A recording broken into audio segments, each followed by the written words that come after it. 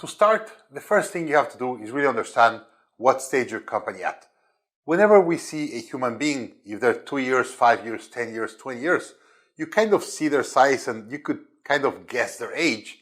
And based on their age, you expect certain reaction, actions, some food they need, certain attention. And it's very easy to know what a 2-year-old needs and probably what a 15 or a 19-year-old kid needs. But in business it's different because there's businesses that have been 20 years in operation and they probably are in stage 1, and there's some really big scale-ups that are already in stage 3 in probably 6 months or a year after being founded. So it's really important to understand first the amount or the stages that companies grow and what you need to do in each of the stages. So here, let's start with the US.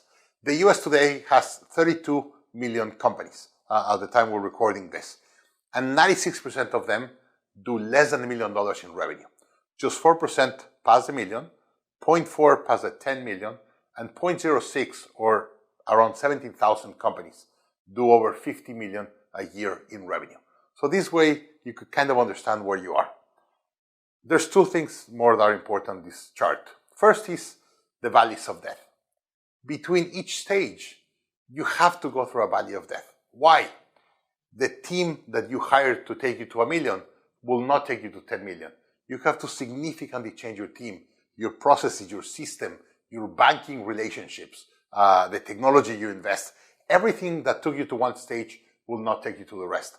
So in the process of reinventing your company, reinvesting in building those assets or the infrastructure you need, you go through a valley of death and then you go to the next level.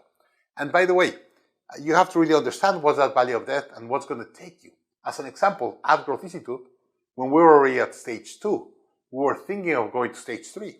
And I called Vern and I called Juan that helped us co-found the company at the beginning. He's the 3rd co-founder of the company.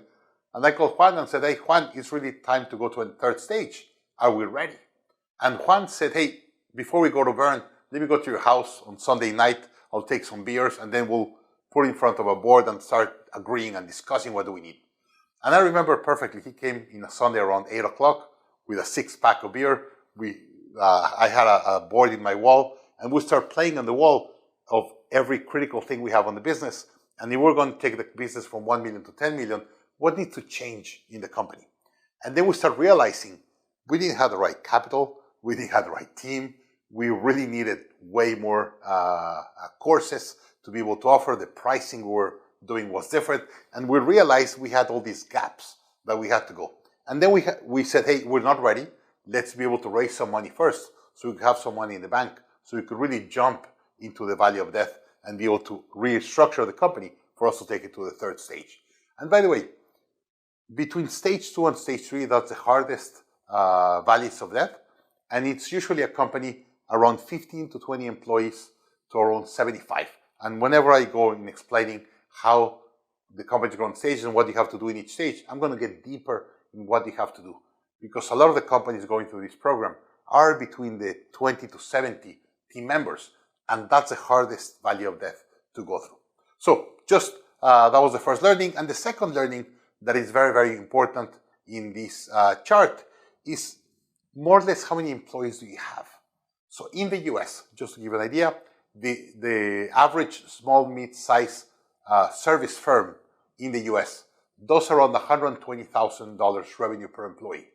Just to compare, a public company, one of the Fortune 500s, does probably around $500,000 revenue per employee. Why a small and mid-size does around 120, and why a public company in the Fortune 500s does around 500,000 per employee? It's really the brand, the systems, their processes, and everything they've been building, and all the infrastructure they have been investing to be able to do way more revenue per employee. So this is really important. And then, of course, I am originally from Mexico. I was born in Mexico. My first entrepreneurship was in Mexico. So I said, okay, let me go and see what's happening in Mexico. And I went and did the analysis of the same chart. Mexico had 5.2 million companies before COVID.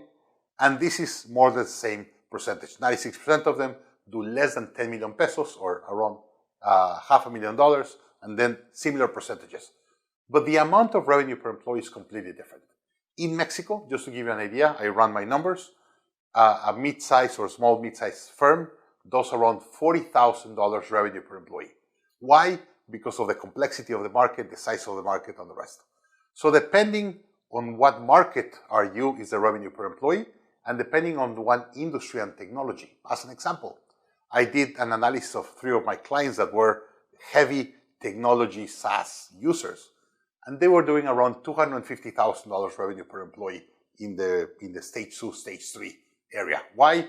Because they have a leverage use of technology and they could maximize the efficiency of the operation per employee.